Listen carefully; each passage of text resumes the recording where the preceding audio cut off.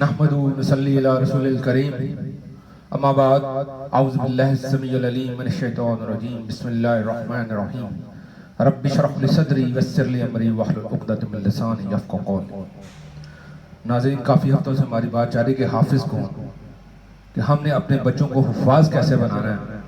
وہ تو ہم اپنے بچوں کو مدارس میں بھیج کر یا گھر میں قاری لگوا کر یہ تیاری کروا رہے ہیں، لیکن اس کے کچھ تقاضے، کچھ اس کے لوازمات ہیں، ان کی طرف جو ہم نے غور کرنا ہے، تاکہ جب بچے ہمارے حفاظ بنیں تو وہ جس طرح قرآن و حدیث کا اصل جو اس کی روح ہے اس کے مطابق آگے۔ تو آج ہم نے کچھ مزید باتیں اس کے متعلق کرنی ہیں۔ تو آج جس چیز کے بارے میں نے بات کرنی ہے وہ یہ ہے کہ خصوصاً ہمارے حفاظ کرام، قراء حضرات، علماء کرام اور ہم عام عوام بھی، جو سب سے بنیادی جہاں پہ جو نا ہم سے کوتاہی یا کمی ہو رہی ہے وہ یہ ہے کہ ہمیں اپنے رب کا تعارف نہیں ہے۔ ہم یہ تو کہتے ہیں ہم ایک اللہ کو مانتے ہیں، وہی ہمارے کام کرتا ہے، ایک بنیادی جو چیزیں وہ تو ہمیں پتہ ہے، لیکن جس طرح ہمارے مالک اور خالق کا ہمارے ساتھ تعلق، ہمارا اس کے ساتھ تعلق، اور جیسے اس کا تعارف، اس کی شان، اس کی عظمت، اس کی بڑائی ہمیں پتہ ہونی چاہیے، ویسے ہمیں معلوم نہیں ہے۔ اور اس میں پہلی جو غلطی وہ یہ رہی ہے کہ مسلمانوں میں دو گروہ بن چکے ہیں، ایک اپنے کہتے ہیں موحد ہیں اور دوسروں کو ہم کہتے ہیں وہ مشرک ہیں۔ اور منبر پر، مساجد میں، محافل میں، وہاں پر جو لوگ یہ دعویٰ کرتے ہیں کہ ہم توحید پرست ہیں، وہ دوسرے مسلمان بھائیوں کو کہتے ہیں وہ مشرک ہیں۔ ہمارا سارا زور اس پر تو ہے کہ وہ ان خرافات میں پڑ چکے ہیں جو شرک کے زمرے میں آتی ہیں، لیکن ان کی وجوہات کیا ہیں، وہ ان وجوہات کی طرف ہم نہیں جاتے۔ جب تک ان وجوہات کی کہ ہمارے مسلمان بھائی کیوں راستے سے بھٹکے ہوئے ہیں یا ان چیزوں میں پڑ چکے ہیں جو قرآن و حدیث سے ٹکراتی ہیں، تو اس کی وجوہات اگر ہم ڈھونڈنے لگ پڑیں تو یہ مسائل کافی حد تک کم ہو جائیں۔ تو اس میں جو موحد اپنے آپ کو کہتا ہے اور ایک طرف جس کو ہم کہتے ہیں یہ مشرک ہے، یہ دونوں جو لوگ ہیں، اگر ان کا ایک بنیادی مسئلہ ہم اس کی بات کریں تو وہ یہ ہے کہ ہمیں اپنے رب کا تعارف نہیں ہے، اور چیک کرنا ہو کیا ہمارا رب کے ساتھ تعلق مضبوط ہے یا کمزور۔ تو اس کی بنیادی نشانی یہ ہے کہ جب بھی وہ خوشی آئے یا غمی آئے تو اس وقت ہمارا رب پر یقین اور توکل اور بھروسہ کس درجے کا ہوتا ہے، اس وقت ہمیں پتہ چل جائے گا کہ کیا ہم صرف علمی طور پر اپنے رب کو جانتے ہیں یا عملی طور پر بھی ہمارا اپنے رب سے تعلق ہے یا نہیں۔ تو بنیادی بات ہمیں یہ سمجھے کہ جتنا ہمارا اپنے رب کے ساتھ تعلق مضبوط ہوگا اتنا ہی اس پر یقین اور توکل ہمارا بڑھنا شروع ہو جائے گا۔ اس کے بارے میں ہم نے علم والے، بغیر علم والے، بچوں کو، بڑوں کو، سب کو اپنے رب کا تعارف کیسے ہم نے حاصل کرنا ہے اس کی طرف لانا ہے۔ تو اس کی بنیادی جو شروعات وہی ہے کہ اللہ تعالیٰ کے 99 نام ہیں، اس کے علاوہ اور بھی جتنے بھی صفاتی نام ہیں،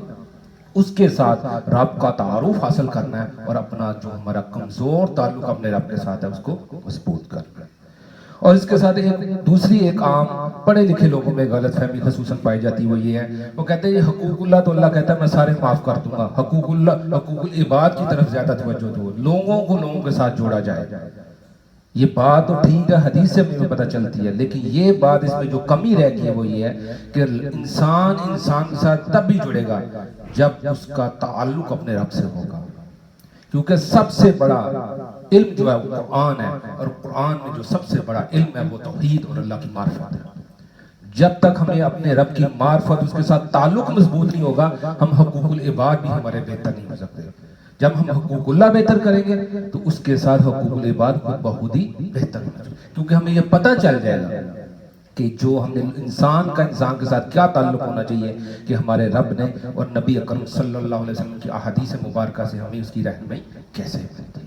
تو بات بنیادی یہ ہے کہ ہمارا اپنے رب کے ساتھ تعلق جو نا وہ مضبوط ہونا چاہیے۔ اس کی ایک عام سادہ سی مثال آپ کے سامنے رکھ دیتا ہوں کہ گھر کا ایک یونٹ ہوتا ہے، اس میں ایک شوہر ہوتا ہے، ایک بیوی ہوتی ہے، ان کے بچے ہوتے ہیں، اور گھر کا سربراہ شوہر ہوتا ہے۔ اور ہم اپنی عقل اور اپنی جو نا جذبات کے ساتھ اس مثال کو جو نا، ویسے اللہ کے لیے وہ مثال بیان تو نہیں کی جا سکتی، لیکن بات کو سمجھنے کے لیے صرف یہ کہ اگر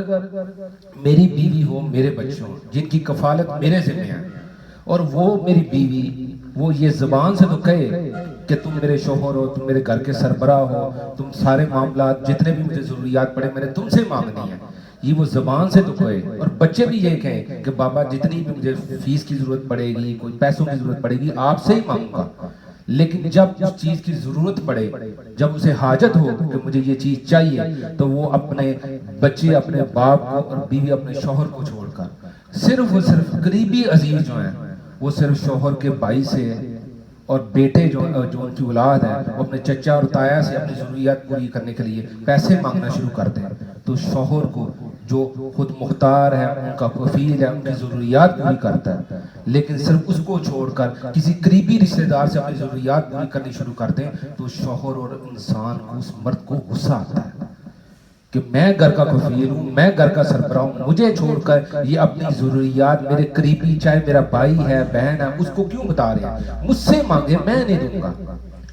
اسی طرح یہ ہے کہ ہم رب کو تو مار رہے ہیں کہ تو میرا رب ہے، لیکن ہم نے جگہ جگہ پر کچھ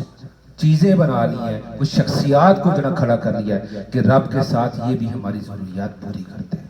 تو دنیاوی جو ضروریات ہیں جن کی کوئی حقیقت بھی نہیں ہے، کوئی اہمیت بھی نہیں ہے، ان کے لیے ہم ایک مرد جو ہے نا اپنے گھر میں برداشت نہیں کرتا کہ میں اس گھر کا کفیل اور سربراہ ہوں، مجھے میری رعایا چھوڑ کر کہیں اور جائے،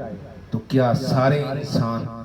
اپنے رب کو جب ضروریات اسے پڑھیں، کسی چیز کی حاجت ہو اور وہ رب کو چھوڑ کر کسی اور طرف جائیں، تو کیا رب کی جو ہے نا وہ اس کی شان کی ہم گستاخی نہیں کر رہے؟ ہم اپنے رب کے ساتھ کیا کر رہے ہیں؟ وہ حکیم ہے، اسی وجہ سے اس نے ہمیں مہلت دی ہوئی ہے۔ ہمارے ہاتھ میں، ایک انسان کے ہاتھ میں ایسا سسٹم ہو تو اس کی مثال میں دے چکا ہوں، وہ مرد اپنی بیوی اور بچوں سے ناراض ہوگا، گھر سے نکل جائے گا، ان کو گھر سے نکال دے گا کہ تم میری کفالت میں ہوتے ہوئے تم کسی اور کی طرف کیوں جا رہے ہو؟ تو اس لیے جب رب کے ساتھ ہمارا تعلق مضبوط ہوگا، پھر خوشی ہو، غمی ہو، ہمارا رب سے تعلق مضبوط ہونا شروع ہو جائے گا۔ اور صرف دو اللہ تعالیٰ کے صفاتی نام ہیں، اس سے بات کو کر کے بات کو انشاءاللہ ختم کر دیتے ہیں۔ ایک اللہ تعالیٰ کے صفاتی نام ہے السمیع المجیب، آسان الفاظ میں اس کا مطلب ہے کہ سننے والا اور دعاؤں کو قبول کرنے والا ہے۔ تو چند چیزیں اس کے متعلق دے دی تو پھر ہمیں پتہ چلے گا ہماری رب کتنی شان والا ہے، کتنی عظمتوں والا ہے، ہم کہاں پہ بھٹک رہے ہیں۔ ہمیں صرف ایک در کی ضرورت ہے، وہیں پہ ہمیں ہر چیز مل جائے گی۔ اور وہ یہ کہ سب سے بنیادی بات یہ ہے کہ اللہ تعالیٰ جو اس کو مانتے ہیں ان کو بھی دیتا ہے، جو نہیں مانتے ان کو بھی دیتا ہے، لیکن ایک سب سے بڑی نعمت ہے، وہ بغیر مانگے اور بغیر طلب کے نہیں دیتا، اور وہ ہے ہدایت، ایمان کی دولت۔ وہ اللہ تعالیٰ جب تک کسی کے دل میں تمنا نہ ہو، وہ دعا نہ کرے، چاہے وہ کافر ہو چاہے وہ مسلمان ہو، اللہ تعالیٰ اسے صراط المستقیم نہیں دکھاتا۔ اب جب وہ سمیع ہے، وہ مجیب ہے، وہ سنتا بھی ہے اور قبول بھی کرتا ہے، جواب بھی دیتا ہے، تو اس میں وہ کوئی بھی وقت ہو، کوئی ہستی ایسی نہیں ہے، لیکن میرے رب کی یہ صفت ہے کہ جب بھی کوئی ضرورت پڑے تو اس کے اپائنٹمنٹ لینے کی ضرورت نہیں پڑے گی، جب بھی دل کرے آپ اس سے دعا کریں، وہ آپ کی دعا کو سنتا ہے۔ وہ مانگے تو خوش ہوتا ہے، نہ مانگے تو ناراض ہوتا ہے۔ وہ بھی دیتا ہے جو ہم مانگتے ہیں، اور وہ بھی دیتا ہے جو ہم اس سے نہیں مانگتے۔ جو ہمارے دل میں ہو، ابھی الفاظ کی شکل میں زبان پر بھی نہ آئے، وہ بھی دیتا ہے۔ اور اس کے ساتھ یہ ہے کہ جو ہم اس کے ساتھ ابھی جس کی ضرورت پڑی وہ تو ہمیں اس نے دے دی، لیکن اس کے ساتھ اگر ایک انسان کی ابھی 5 سال بعد، 10 سال بعد، 20 سال زندگی ہے، 10 اور 20 سال بعد اسے کیا، کس وقت، دن کی کس گھڑی میں کس چیز کی ضرورت ہے، ابھی اس انسان کو بھی نہیں پتا کہ 5-10 سال بعد اگر میری زندگی ہوئی تو مجھے اس وقت کس چیز کی ضرورت ہوگی، اس نے اس کا بھی اس کے لیے ہر انسان کے لیے بندوبست کر دیا ہوا ہے۔ ایسی شان والا ہے، ایسی عظمت والا ہے۔ اور پھر اس کے ساتھ وہ حکیم ہے کہ جب انسان کو چیز مانگتا ہے اور وہ جب مانگے تو وہ یہ بھی دیکھتا ہے کہ یہ اس وقت میرے بندے کے لیے ٹھیک ہے یا نہیں ہے۔ اس کی مثال ایسے سمجھ لیں کہ ایک ماں ہو اور دوسری طرف اس کا بچہ ہو، اور بچہ چھوٹا ہوا ہے، انگارے کو، سرختے ہوئے انگارے کو، جو اس کو سرخ لگ رہا ہے، اٹریکشن لگ رہی ہے اس میں، اس کو وہ بچے کو چیز اچھی لگ رہی ہے، لیکن ماں کو پتا ہے کہ یہ سلگتا ہوا انگارہ اگر میرے بچے نے ہاتھ میں لے لیا تو اس کا ہاتھ جل جائے گا۔ تو وہ ماں چاہے بچہ روئے چلائے، لیکن ماں کو پتا ہوتا ہے اگر یہ انگارہ میرے بچے نے ہاتھ میں پکڑ لیا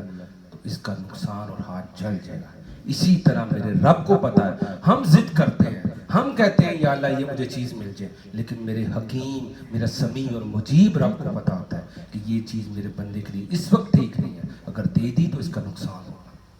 پھر کیا کرتا ہے؟ اگر اس وقت نہیں تو تو اس کے لیے جو وقت بہتر ہوتا ہے اس وقت وہ دے دیتا ہے. اور اس سے بڑی بات وہ بندے کے ساتھ جب رحمت والا اس کے ساتھ بھلائی کا ارادہ کرتا ہے تو اس دعا کو محفوظ کر لیتا ہے کہ یہ دنیاوی جو اس کی غرض ہے وہ تو میں پوری ہو جائے گی، لیکن اس سے بڑا انعام میں سے دینا چاہتا ہوں. اور وہ یہ ہے کہ جب محشر میں انسان کو کسی وجہ سے اس کے درجات بلند ہوں گے، اس کی نیکیوں میں اضافہ ہوگا، تو پتہ ہے وہ پوچھے گا یا اللہ یہ کس وجہ سے؟ تو اسے بتایا جائے گا جو دنیا میں جو تم نے یہ دعائیں مانگی تھی ان کو محفوظ کر لیا گیا تھا، اور اس کا آج اجر کتنے گنا بڑھا کر تمہیں دے دیا گیا ہے. اور اس وقت وہ بندہ تمنا کرے گا کاش میری دعا کو دنیا میں قبول ہی نہ ہوتی.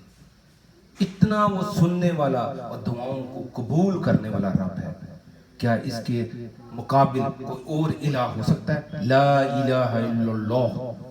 تو اس الہ کے ساتھ ہمارا جو تعلق ہے مسلمان ہونے کے ناطے، آج جس جگہ جو دعویٰ کر رہا ہے میں توحید پرست ہوں اور جو دعویٰ نہیں بھی کر رہا، دونوں ہی ایک لائن میں ہیں. کیوں؟